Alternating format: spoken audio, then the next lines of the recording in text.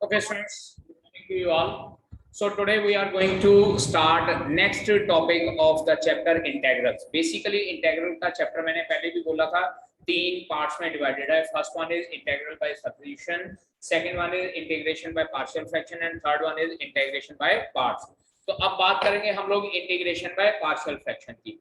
Integration by partial fraction बेटा हमारे पास उन फंक्शंस पे लगता है जब हमारे पास रैशनल फंक्शन होता है. Now what do you mean by rational function? Simple सी बात है, अगर आपके पास न्यूमरेटर ओवर डिनोमिनेटर की फॉर्म में कोई फंक्शन गिवन है तो हम लोग उसको रैशनल फंक्शन बोलते हैं. ठीक है. अब मे बी शायद छोटी क्लास में आप लोगों ने दो तरह का रैशनल फंक्शन पढ़ा होगा. एक रैशनल फंक्शन होता है प्रॉपर रैशनल या प्रॉपर फ्रैक्शनल, प्रॉपर फ्रैक्शन, और सेकंड वन आप लोगों ने पढ़ा होगा इम्प्रॉपर फ्रैक्शन. मैं थोड़ा सा दोबारा से रिकैपिचुलेट कर देता हूं कि ये प्रॉपर फ्रैक्शन और इम्प्रॉपर फ्रैक्शन क्या होता है. अगर degree of numerator is less than degree of denominator, degree of numerator is less than degree of denominator होता है तो उसको हम लोग प्रॉपर फ्रैक्शन बोलते हैं. अगर degree of numerator is greater than equals to degree of denominator, means to say denominator की डिग्री के बराबर भी हो सकती है और डिनोमिनेटर की डिग्री से ज्यादा भी हो सकती है. इन दैट केस हम लोग उसको इम्प्रॉपर फ्रैक्शन बोलते हैं. ठीक है. तो पार्शियल फ्रैक्शन जो इंटीग्रेशन का टॉपिक है ये इन दोनों टाइप्स की फ्रैक्शन के साथ डील करता है, इम्प्रॉपर फ्रैक्शन हो जाए या प्रॉपर फ्रैक्शन हो जाए. अब इम्प्रॉपर फ्रैक्शन के बारे में मैंने आप लोगों को पहले थोड़ा सा बताया हुआ है कि अगर degree of numerator is greater than equals two degree of denominator होता है तो पहला स्टेप होता है हमारे पास, हम लोग डिवाइड करते हैं ना, और डिवाइड करने के बाद हम लोग लिखते हैं q plus r over d की फॉर्म में, where q is equals to quotient, r is equals to remainder and d is the divisor of the function. उसके बाद फिर मैंने आपको कहा था कि जो फॉर्मूला हमारे पास होता है वो हम लोग सॉल्व करते हैं और उसके बाद इंटीग्रल लगा देते हैं. लेकिन अभी तक इस केस में जो भी हमारे पास इंटीग्रल के क्वेश्चन आए हैं, कुछ स्टैंडर्ड इंटीग्रल्स के क्वेश्चन ही आए हैं. रिमाइंडर ओवर डिवाइजर, या तो नीचे वाली टर्म का डेरिवेटिव ऊपर पड़ा हुआ था, या अगर उसकी कुछ पावर थी तो उसको हम लोग न्यूमरेटर में ले जाते थे तो fx rays power n into f dash x की फॉर्म का फॉर्मूला लग जाता था और उसके बाद सॉल्व कर लेते थे. और इम्प्रॉपर फ्रैक्शन वही बात है, अगर degree of numerator is less than degree of denominator, means to say is improper fraction में जो ये पार्ट होता है, ये पार्ट और ये इम्प्रॉपर फ्रैक्शन, ये दोनों सेम होते हैं. बाद में इसको सॉल्व इसी तरीके से करना होता है. एक तरीका हम लोग पढ़ चुके हैं जिसमें न्यूमरेटर में डेरिवेटिव, डिनोमिनेटर में सिंगल पावर. दूसरा तरीका था कि पावर अगर कुछ है तो हम लोग उसको ऊपर ले जाते थे, उसके बाद सॉल्व कर लेते थे. अब इसके बाद जो नेक्स्ट तरीका है हमारे पास इम्प्रॉपर फ्रैक्शन का, वो हम लोग पढ़ेंगे इसमें पार्शियल फ्रैक्शन. अब जो ये प्रॉपर फ्रैक्शन है बेटा, अभी मैंने बात की है कि रैशनल फंक्शन दो पार्ट्स में डिवाइड होता है, प्रॉपर फंक्शन फ्रैक्शन में और इम्प्रॉपर फ्रैक्शन में. तो अब अगर बात की जाए कि प्रॉपर फ्रैक्शन बेटा क्या होती है, प्रॉपर फ्रैक्शन बेटा फर्दर तीन और पार्ट्स में डिवाइड होती है जो आपके सिलेबस के अकॉर्डिंगली है. प्रॉपर फ्रैक्शन फर्दर तीन और पार्ट्स में डिवाइड होती है. ठीक है. तो बात करते हैं प्रॉपर फ्रैक्शन हमारे पास तीन तरह की होती है. अब देखिए कौन सी होती है. फर्स्ट वन, अब मैं बात करूंगा सिर्फ और सिर्फ डिनोमिनेटर की, क्योंकि प्रॉपर फ्रैक्शन में हमारे पास न्यूमरेटर की डिग्री डिनोमिनेटर की डिग्री से कम होगी. तो मैं यहाँ पे लिखूंगा पहली टाइप जिसमें डिनोमिनेटर होगा non repeated linear factor, non repeated linear factor, जिसमें हमारे पास नॉन रिपीटेड लीनियर फैक्टर होंगे. लेट अस सपोज न्यूमरेटर में मैं कुछ लिख लेता हूँ px प्लस q, और डिनोमिनेटर में मैं लिख रहा हूँ x minus a into x minus b dx. अब अगर हम लोग यहाँ पे देखें, न्यूमरेटर मेरे पास लीनियर फंक्शन है, लीनियर पॉलिनोमियल है, डिनोमिनेटर मेरे पास क्वाड्रेटिक पॉलिनोमियल है, मतलब डिनोमिनेटर की डिग्री न्यूमरेटर की डिग्री से ज्यादा है. यहाँ इसको हम लोग इस तरह से लिख सकते हैं px square plus qx plus r divided by x minus a into x minus b into x minus c. यहाँ पे जो डिनोमिनेटर में है ये सारे के सारे लीनियर फैक्टर बन रहे हैं और सारे लीनियर फैक्टर डिफरेंट हैं. ठीक है जी. और जरूरी नहीं है कि नीचे x माइनस a की फॉर्म में हो, x माइनस b की फॉर्म में हो. These can be x plus a, x plus b, कुछ भी हो सकता है. मेरा कहने का मतलब है कि डिनोमिनेटर में लीनियर फैक्टर हैं और वो सारे डिफरेंट हैं। अगर 2 फैक्टर होंगे तो न्यूमरेटर में लीनियर पॉलिनोमियल होगी, अगर 3 फैक्टर होंगे तो न्यूमरेटर में क्वाड्रेटिक भी हो सकती है, लीनियर भी हो सकती है, कांस्टेंट भी हो सकती है। समझ गए? दूसरा हमारे पास है repeated linear factors, repeated linear factor. दूसरा जो केस है वो हमारे पास आता है जिसमें रिपीटेड लीनियर फैक्टर्स होते हैं। Late us suppose px plus q over x minus a का होल स्क्वायर। चेक कीजिए, अगर मैं इसको लिखना चाहूं तो मैं इसको x minus a into x minus a लिख सकता हूं, लेकिन इसको 2 बार मैं नहीं लिखूंगा क्योंकि मेरे पास ये फैक्टर रिपीट हो रहा है। क्या हो रहा है? रिपीट हो रहा है। तो इट मींस क्या हो जाएगा कि it can be considered as linear repeated factor, या अगर इसी तरह से क्वाड्रेटिक हो जाए px square plus qx plus r divided by x minus a का whole square into x minus b। Means say कोई एक फैक्टर रिपीट हो रहा है, कोई एक फैक्टर रिपीट हो रहा है। इन दैट केस हम लोग क्या कहेंगे उसको कि हमारे पास जो डिनोमिनेटर में फैक्टर है वो रिपीटेड लीनियर फैक्टर है। ठीक है। तीसरा केस हमारे पास आ जाता है quadratic non repeated. Third case is quadratic and non repeated. Non repeated means to say एक तो डिनोमिनेटर में क्वाड्रेटिक भी हो और नॉन रिपीटेड भी हो। मैं यहाँ पे बेटा इस साइड पे इसकी एग्जांपल लिख देता हूँ। For example let us suppose px plus q divided by ax square plus bx plus c integral dx।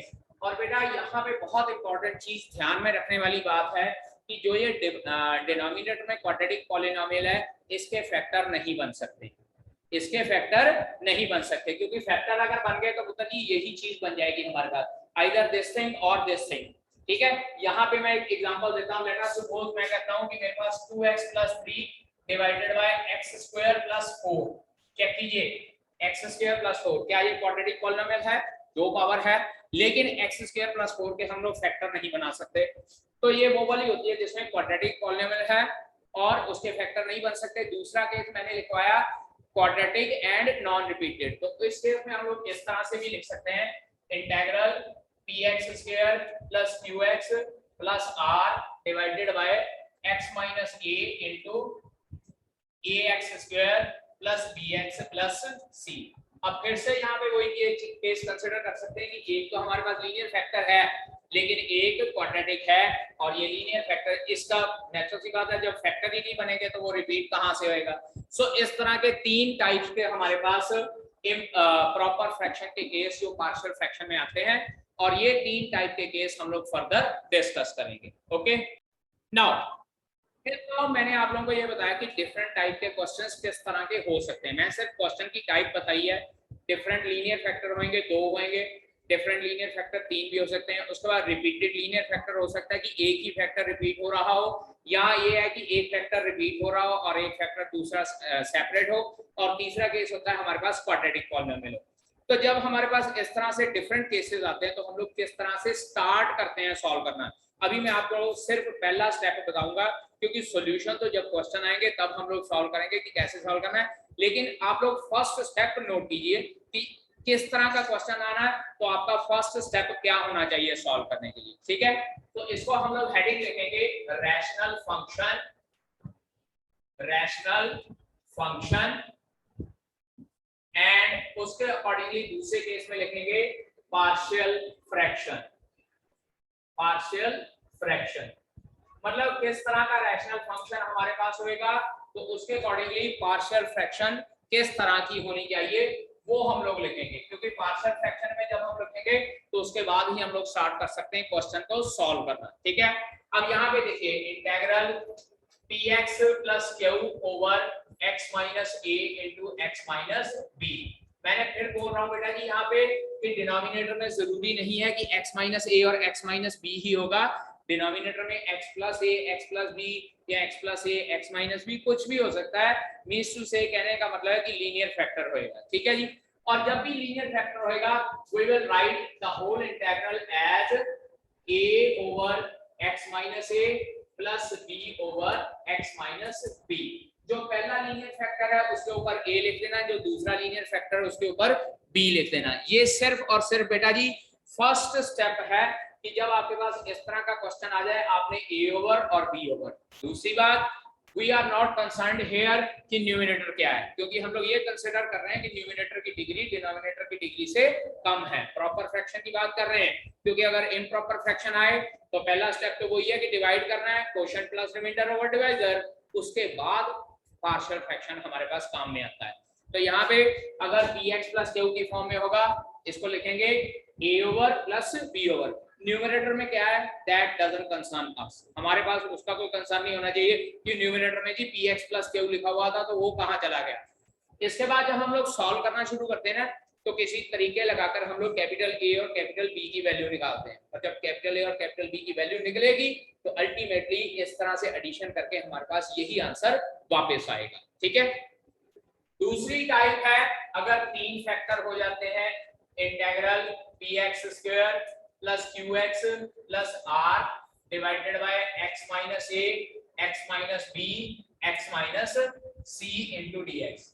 अब इस केस में फिर हम लोग क्या करते हैं, a over x minus a plus b over x minus b plus c over x minus c। इस तरह से तीन सेपरेट इंटीग्रल लिख सकते हैं। अगर चार फैक्टर आ जाए तो आप साथ में d कर लेंगे, पांच फैक्टर आएंगे तो हम लोग e कर लेंगे। वैसे जनरली जो आपका सिलेबस है उसमें दो फैक्टर या तीन फैक्टर तक ही आता है। ठीक है, क्वेश्चन ज्यादा से ज्यादा तीन फैक्टर तक का आता है। इसके बाद थर्ड वन क्या था, रिपीटेड वाला। रिपीटेड वाला मैं बेटा डायरेक्ट लिख रहा हूं, px square plus qx plus r over let us suppose x minus a whole square into x minus b।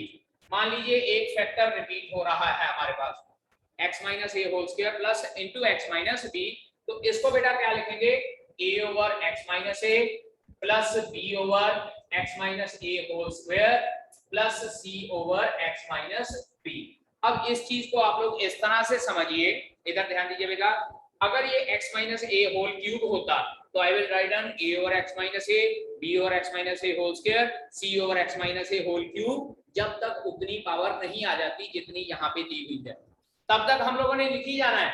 अगर चार पावर होती a over x minus a b over x minus a whole square c over x minus a whole cube d over x minus a whole raise power 4, जब power इधर बराबर होगी उसके बाद next factor आप लोगों ने लिखना है। इतना समझ लग गया बेटा जी। इसके बाद फोर्थ पार्ट जिसमें हमारे पास क्वाड्रेटिक पॉलिनोमियल आती है जिसके फैक्टर नहीं बन सकते हैं। ठीक है, लेट अस सपोज दिया गया x माइनस a और दूसरा आ गया हमारे पास ax square plus bx plus c। अब ये देखिए एक फैक्टर है और दूसरा क्वाड्रेटिक पॉलिनोमियल है, तो जब भी फैक्टर आएगा तो सबसे पहले फैक्टर के नीचे a over x minus a लिख देना। पहला लीनियर फैक्टर था, कोई process a over x minus a।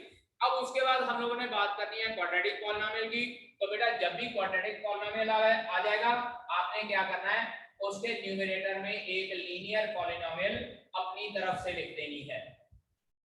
ये देखिए हमारे पास क्वाड्रेटिक पॉलिनोमियल आई थी डिनोमिनेटर में ax square plus bx plus c, मैं क्या करता हूं इसके न्यूमरेटर में एक लीनियर पॉलिनोमियल अपनी तरफ से लिख देता हूं। एंड आई होप कि लीनियर पॉलिनोमियल आपको पता है जिसमें x की डिग्री 1 होती है, समझ गए। तो bx प्लस c इस तरह से हम लोगों ने लीनियर पॉलिनोमियल लिख देनी है।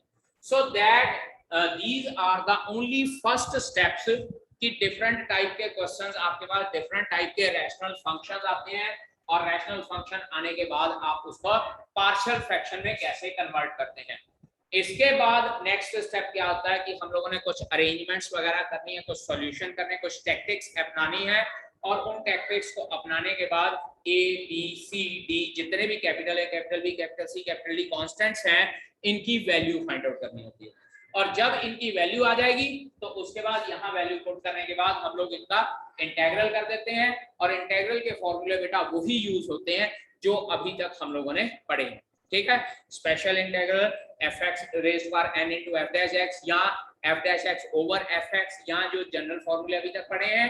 और इसके साथ बेटा दो स्पेशल फॉर्मूले और होते हैं पार्शियल फ्रैक्शंस के क्वेश्चन सॉल्व करने के लिए। ठीक है, इसको नोट कर लीजिए, फिर उसके बाद हम लोग वो दो स्पेशल फॉर्मूले करते हैं। चलिए बेटा two important formulae regarding partial fraction, two important formulae regarding partial fraction के रिगार्डिंग दो इंपॉर्टेंट फॉर्मूले हैं। फर्स्ट फॉर्मूला है तो जी integral 1 over x square minus a square dx और सेकंड फॉर्मूला बेटा जी integral 1 over a square minus x square dx। Now 1 over x square minus a square बेटा इसका फॉर्मूला होता है 1/2a log mod x minus a over x plus a plus c और जो दूसरा फॉर्मूला होता है 1/2a log mod a plus x over a minus x plus c। इसको याद करने का तरीका ऐसे है, यहाँ पहले x है और बाद में a है, x माइनस a न्यूमरेटर में आ जाएगा, x प्लस a डिनोमिनेटर में। इधर a पहले है और x बाद में है तो a माइनस x यहाँ डिनोमिनेटर में आ जाएगा और a प्लस x न्यूमरेटर में आ जाएगा। दोनों फॉर्मूले एक दूसरे का एक तरह से रेसिप्रोकल हैं, ठीक है। और ये दो फॉर्मूले करने के लिए कई बार कंप्लीटिंग स्क्वायर मेथड आ जाता है और कई बार क्वेश्चन डायरेक्टली भी हम लोगों को लिखा होता है और हम लोग डायरेक्टली फॉर्मूला अप्लाई करके क्वेश्चन का आंसर सॉल्व कर सकते हैं, ठीक है। नोट कीजिए बेटा, फिर एक्सरसाइज स्टार्ट करते हैं। चलिए एक आध एग्जांपल कर लेते हैं या क्वेश्चन कर लेते हैं। एक्सरसाइज 7.6 का मैं फर्स्ट क्वेश्चन बताता हूं आपको। फर्स्ट क्वेश्चन फर्स्ट पार्ट देखिए, मेरे पास इंटीग्रल गिवन है, integral x-1 over x-2 into x-3।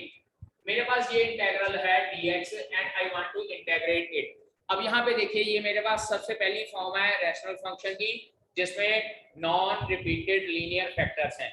देख लीजिए, एक x-2 है, एक x-3 है, दोनों सेपरेट हैं, नॉन रिपीटेड लीनियर फैक्टर। सो हम लोग इसको क्या करेंगे, इसको सबसे पहले i कंसीडर कर लेते हैं क्योंकि बार बार ना ये बड़ा इंटीग्रल लिखना मुश्किल हो जाएगा। हम लोग इसको i कंसीडर कर लेते हैं।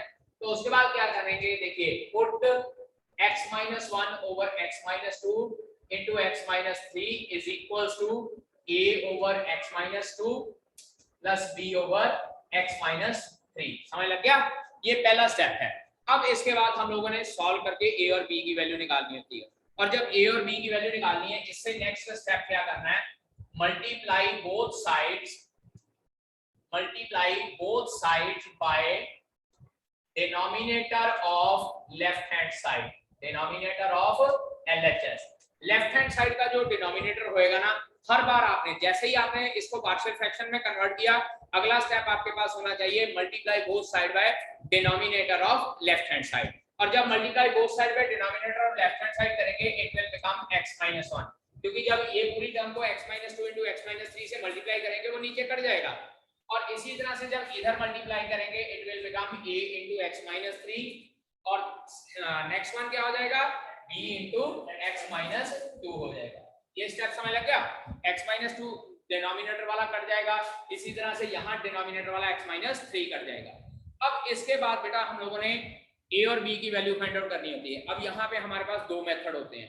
पहला मेथड होता है कि हम लोगों ने हाईएस्ट पावर ऑफ x के कोफिशिएंट कंपेयर करने हैं और धीरे धीरे डिक्रीज करते जाना। लेट अस सपोज यहाँ हाईएस्ट पावर ऑफ x कितनी है, 1, comparing coefficient of x on both side. उसके बाद पावर कितनी हो जाएगी, 0 यानी कि कांस्टेंट टर्म। तो उसके बाद कांस्टेंट टर्म कंपेयर कर देनी है। वहां से हमारे पास दो इक्वेशंस बनेगी, दोनों को सॉल्व करके a और b की वैल्यू निकाल सकते हैं, ठीक है। एक मेथड तो हो गया ये। दूसरा मेथड जो सिर्फ और सिर्फ लीनियर फैक्टर्स के लिए यूज होता है, उसमें क्या होता है कि हम लोग ये दोनों टर्म्स जो हैं, दोनों लीनियर फैक्टर्स हैं, इनको बारी बारी से 0 पुट करते हैं, ठीक है। यहाँ पे मेरे पास है x-3 और x-2। एक बार मैं कहता हूँ put x-3 is equals to 0 और दूसरी बार मैं कहता हूँ put x-2 is equals to 0। और जब यहाँ x-3 को 0 पुट किया, x की वैल्यू आ गई 3, यहाँ से x की वैल्यू आ गई 2। तो जो ये वैल्यू आई होती है ना, उसको फिर से इसी इक्वेशन में वापस पुट करना है। मेरे पास लीनियर फैक्टर ये दो थे, दोनों को बारी बारी से 0 पुट कर दिया, x की वैल्यू निकाल ली। जो x की वैल्यू आई है उसको इस इक्वेशन में पुट करना है। अब यहाँ देखिए 3 आई है, मैं इस इक्वेशन में पुट करता हूँ। इधर क्या आ गया, 3 - 1 इज इक्वल्स टू। अब यहाँ पुट करने की जरूरत नहीं है क्योंकि मुझे पता है 3 - 3 0 हो जाएगा, ये टर्म 0 हो गई। यहाँ पुट कीजिए, क्या बन जाएगा, b into 3 - 2 ultimately 2 is equals to b। इसका मतलब b की वैल्यू कितनी आ गई, 2। अब इसके बाद x की वैल्यू 2 पुट करते हैं, यहाँ आ गया 2 - 1। इधर पुट नहीं करने की जरूरत है, ये 0 हो जाएगा। यहाँ पुट करता हूँ a into 2 - 3 1 is equals to minus a, I can say that a की वैल्यू कितनी आ गई -1, 2 आ गए मेरे पास। therefore अब यहाँ पे देखिए therefore I is equals to a over x minus 1 dx plus b over integral b over x minus 2 dx। I क्या कंसीडर किया था, ये वाला इंटीग्रल पूरे का पूरा, यानी कि ये पूरे इंटीग्रल को मैं ऐसे लिख सकता हूँ, a की वैल्यू पुट करनी है, b की वैल्यू पुट करनी है। a की वैल्यू थी मेरे पास -1 over x minus 1 dx, b की वैल्यू मेरे पास आई थी 2 over x minus 2 dx। इसके बाद सिंपल फॉर्मूले हम लोगों ने पढ़े हैं, 1 over x का इंटीग्रल क्या होता है, log mod x, तो ये आ जाएगा minus log mod x minus 1, और ये क्या आ जाएगा 2 log mod x minus 2 plus c, and you can keep your answer here। ठीक है, so this is your answer जिसमें a और b की वैल्यू आ गई है and you have integrated। बेटा मेक फ्रैक्शन, x minus 2 आएगा and here it is x minus 3 and integral x minus 2 and integral x minus 3। so your answer is minus log mod x minus 2 plus 2 log mod x plus x minus 3। So this is the example based on the rational function and its conversion into partial fraction। Questions from the exercise 7.6 remaining question, rather we can say that the exercise 7.6 will start from the next lecture।